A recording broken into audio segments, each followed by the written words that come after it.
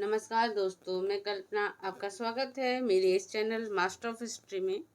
आज मैं आपके लिए इतिहास की बहुत ही सुपर फास्ट वीडियो लेके आई हूँ, जिसमें इतिहास के टॉप मोस्ट प्रश्न शामिल हैं जो आपके exam TGT, PGT, net, GRF के लिए सहायक होंगी। तो मेरी इस वीडियो के माध्यम से इतिहास की संपूर्ण जानकारी मैं आप तक पहुँचाने वाली हूँ। तो आप मेरी इस वीडियो को पूरे ध्यान और ईमानदारी के साथ अंत तक देखें। अगर आपको मेरा ये चैनल पसंद आए तो लाइक करें, शेयर करें, सब्सक्राइब करें। तो हम भारतीय इतिहास में देखते हैं आधुनिक भारत, जिसका टॉपिक है ब्रिटिश शासन की भारतीय अर्थव्यवस्था। तो चलते हैं हम अपने प्रश्नों की तरफ। हमारा पहला प्रश्न है, अंग्रेजी शासन का प्रभाव किस क्षेत्र में अधिक पड़ा? इसका उत्तर है आर्थिक। हमारा प्रश्न नंबर 2, भारत में अंग्रेजों की लूट किस महत्वपूर्ण घटना के बाद शुरू हो गई थी? इसका उत्तर है प्लासी के युद्ध के पश्चात। हमारा तीसरा प्रश्न है, भारत में प्रथम रेल लाइन किसने बिछवाई थी? इसका उत्तर है जॉर्ज क्लार्क। हमारा चौथा प्रश्न है, भारत में ब्रिटेन की ओर संपत्ति के अपवहन का सिद्धांत किसने प्रतिपादित किया था? इसका उत्तर है दादा भाई नौरोजी। हमारा पांचवा प्रश्न है, वर्ष 1853 में लॉर्ड डलहौजी ने पहली टेलीग्राफ लाइन शुरू की, वह किसके बीच थी? इसका उत्तर है कलकत्ता और आगरा। हमारा छठवां प्रश्न है, भारत में ब्रिटिश भू राजस्व प्रणाली का किसने अधिक लाभ प्राप्त किया?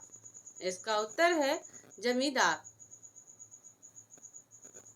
हमारा सातवां प्रश्न है, भारत में सबसे पहला सूती वस्त्र मिल किस शहर में स्थापित किया गया था? इसका उत्तर है मुंबई में। हमारा आठवां प्रश्न है, अंग्रेजों द्वारा बनाई गई भू राजस्व व्यवस्था की प्रणाली में से कौन सी कृषकों के हितों को अधिक सुरक्षा प्रदान करती थी? इसका उत्तर है मद्रास प्रांत की रैयतवाड़ी भू व्यवस्था। हमारा नवा प्रश्न है, किसके द्वारा बंगाल और बिहार का स्थायी बंदोबस्त इस्तमरारी व्यवस्था शुरू किया गया था? इसका उत्तर है लॉर्ड कॉर्नवालिस। हमारा 10वां प्रश्न है, ब्रिटिश सरकार ने भारत में स्थायी बंदोबस्त कब लागू किया? इसका उत्तर है 1793 ईस्वी में। हमारा 11वां प्रश्न है, रैयतवाड़ी व्यवस्था कब लागू की गई? इसका उत्तर है 1820 में।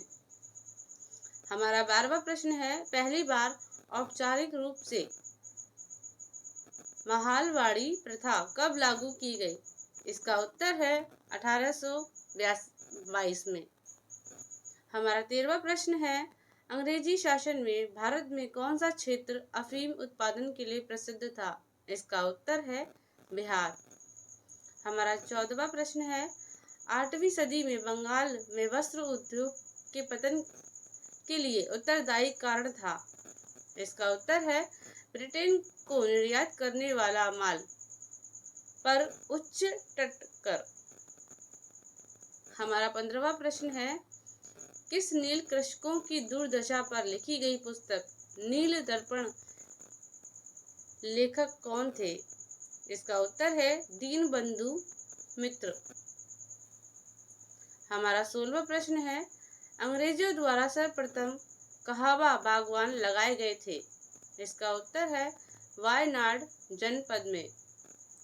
हमारा 17वां प्रश्न है, अंग्रेजी शासन के दौरान भारत के आर्थिक दोहन के विचार का प्रतिपादन किसने किया था? इसका उत्तर है दादा भाई नौरोजी। हमारा 18वां प्रश्न है, भारत में अंग्रेजों के समय प्रथम जनगणना किसके कार्यकाल में हुई? इसका उत्तर है लॉर्ड मेयो के। हमारा 19वां प्रश्न है, सर टॉमस मुनरो किस भू राजस्व बंदोबस्त से संबंधित हैं? इसका उत्तर है रियायतवाड़ी बंदोबस्त। हमारा 20वां प्रश्न है, भारत में प्रथम रेल लाइन का निर्माण 1853 में किस नगरों के बीच हुआ? इसका उत्तर है मुंबई से ठाणे। हमारा 21वां प्रश्न है, स्वतंत्रता पूर्व अवधि में ब्रिटिश सरकार द्वारा भारत में अंग्रेजी शिक्षा के प्रसार का मुख्य उद्देश्य था। इसका उत्तर है छोटे प्रशासनिक पदों पर नियुक्ति हेतु शिक्षित भारतीयों की आवश्यकता। हमारा 22वां प्रश्न है, स्थायी बंदोबस्त के तहत जमींदारों को पूरे लगान भू राजस्व है का कितना प्रतिशत राज्य को देना तय किया गया था? इसका उत्तर है 89%। हमारा 23वां प्रश्न है, उत्तरी भारत में भूमिकर व्यवस्था का प्रवर्तक किसे कहा जाता है? इसका उत्तर है मार्टिन बर्ड। हमारा 24वां प्रश्न है, समस्त अंग्रेजी भारत की सार्वत्रिक भूमि पर 51% भूमि पर अपनाई गई भू राजस्व व्यवस्था थी। इसका उत्तर है रियायतवाड़ी व्यवस्था। हमारा 25वां प्रश्न है, भारत में उपनिवेशी काल में लिटली आयोग 1929 का उद्देश्य था। इसका उत्तर है श्रमिकों की मौजूदा परिस्थितियों पर प्रतिवेदन पर सिफारिशों प्रस्तुत करना। हमारा 26वां प्रश्न है, भारत में भारतीयों द्वारा 1881 में स्थापित हुआ तथा उसके प्रबंध में चलने वाला सीमित देयता का प्रथम बैंक था। इसका उत्तर है अवध कॉमर्शियल बैंक। हमारा 27वां प्रश्न है, अंग्रेजों द्वारा रियायतवाड़ी बंदोबस्त लागू किया गया था। इसका उत्तर है मद्रास प्रेसिडेंसी और मुंबई प्रेसिडेंसी।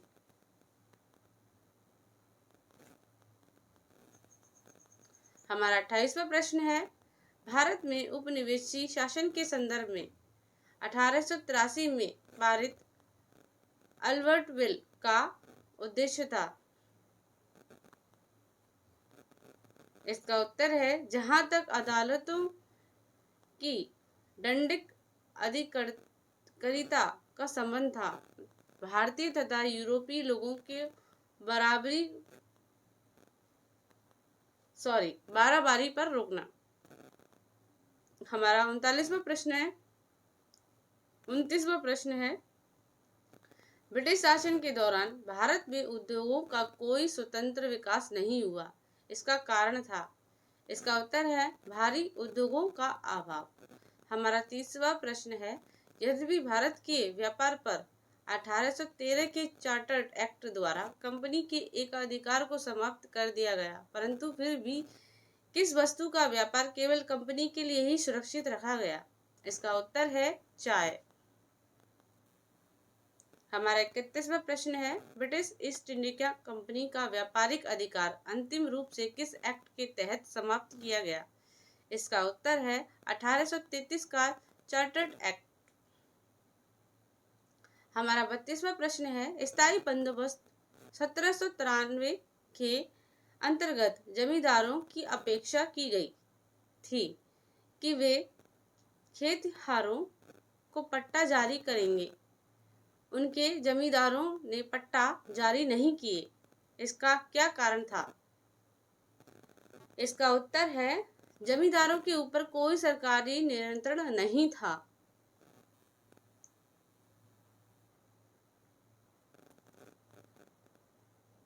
हमारा 33वां प्रश्न है, आधुनिक शिक्षा के संदर्भ में शिक्षा का माध्यम को लेकर उठाए प्रश्न अंगल विवाद का अंत मैकाले के प्रपत्र 1835 से हुई। इसके अनुसार किस भाषा को भारत में शिक्षा का माध्यम स्वीकार किया गया? इसका उत्तर है अंग्रेजी। प्रश्न नंबर 34, भारतीय शिक्षा का मैग्ना कार्टा महाअधिकार पत्र कहा जाता है। इसका उत्तर है वुड के घोषणा पत्र 1854 को। हमारा 35वां प्रश्न है, किसने 1911 को प्राथमिक शिक्षा को निःशुल्क एवं अनिवार्य बनाने वाला विधेयक इम्पीरियल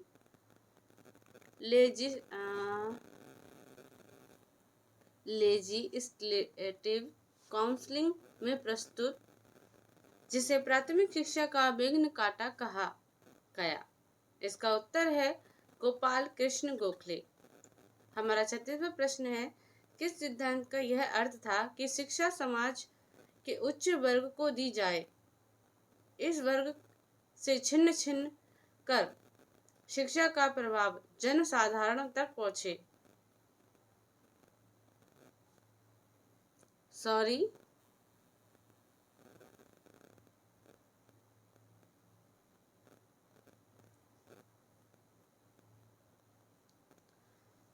हमारा 36वां प्रश्न है, किस सिद्धांत का यह अर्थ था कि शिक्षा समाज के उच्च वर्ग को दी जाए, इस वर्ग से छन छन कर शिक्षा का प्रभाव जनसाधारण तक पहुंचे? इसका उत्तर है अधोमौखिक निस्यंदन सिद्धांत। हमारा 37वां प्रश्न है, भारत में आधुनिक शिक्षा का जन्मदाता किसे कहा जाता है? इसका उत्तर है चार्ल्स ग्रांट। हमारा 38वां प्रश्न है, हिंदू कॉलेज कलकत्ता 1817 जो पश्चात पद्धति पर उच्च शिक्षा देने का प्रथम कॉलेज था, जिसका धार्मिक शिक्षा पर कोई संबंध नहीं था, इसकी स्थापना किसने की? इसका उत्तर है डेविड हेयर। हमारा 39वां प्रश्न है, भारत में अनौदीकरण या प्राक्-औदीकरण की अवधि थी? इसका उत्तर है 1850।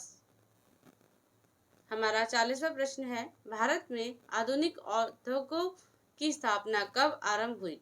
इसका उत्तर है 1850 में। हमारा 41वां प्रश्न है, भारतीय बुनकरों की दयनीय हालत पर किस गवर्नर जनरल ने टिप्पणी की? इनका दुख दर्द समूचे इतिहास में अतुलनीय है। कपड़ा बुनकरों की हड्डियों से भारत की धरती सफेद हो गई है। इसका उत्तर है विलियम बेटिंग। हमारा 42वां प्रश्न है,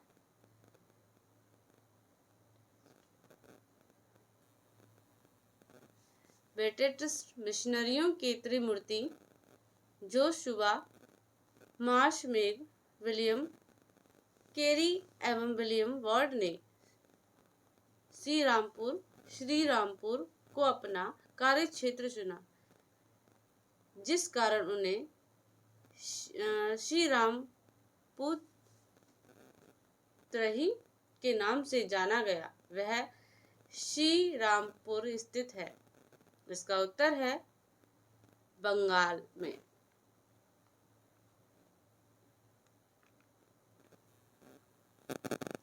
हमारा 43वां प्रश्न है, किसने भारत में रेलवे की स्थापना को आधुनिक उद्योग का अग्रदूत जननी की संज्ञा दी? इसका उत्तर है कार्ल मार्क्स। हमारा 44वां प्रश्न है, आधुनिक पटसन मिल स्थापित हुई? इसका उत्तर है रिसार्च बंगाल।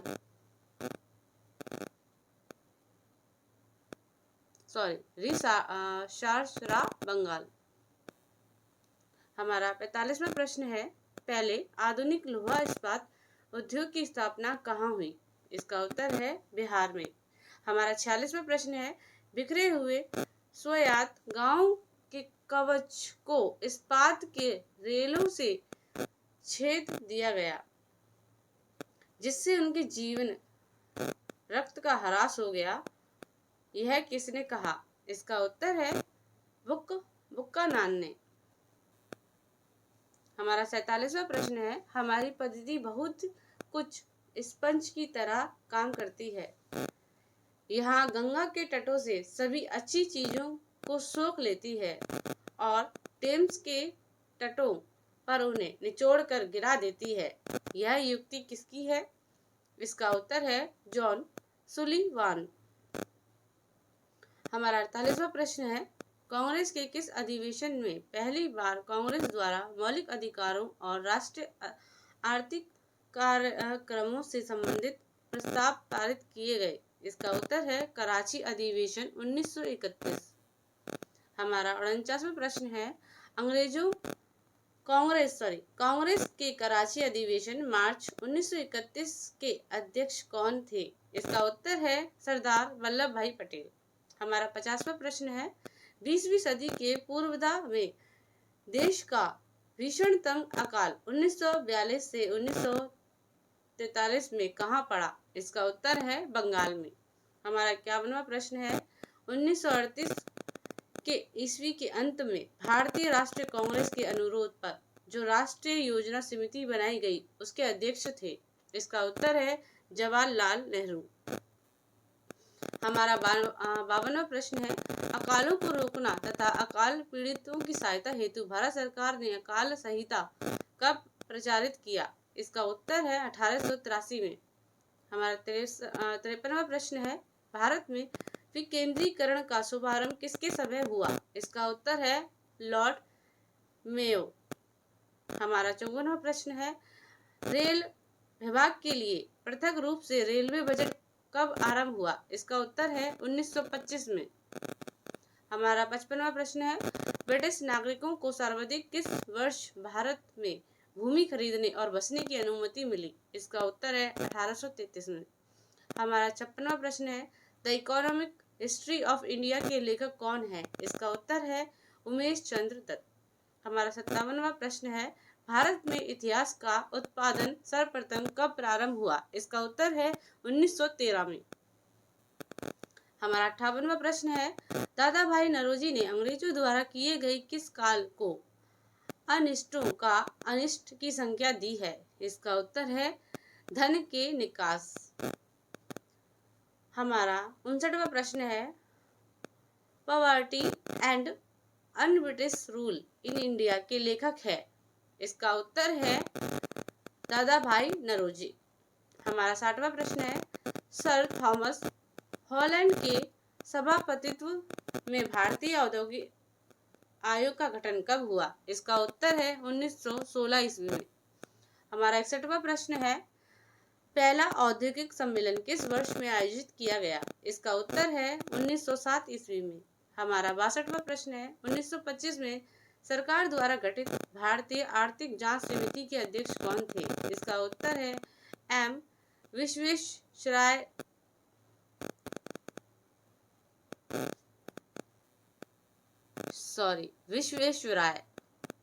हमारा 63वां प्रश्न है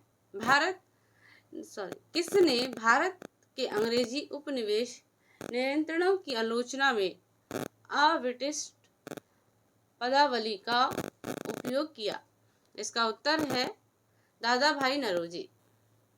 हमारा 64वां प्रश्न है भारत में प्रथम रेल लाइन किस ब्रिटिश गवर्नर जनरल के समय बिछाई गई? इसका उत्तर है लॉर्ड डलहौजी।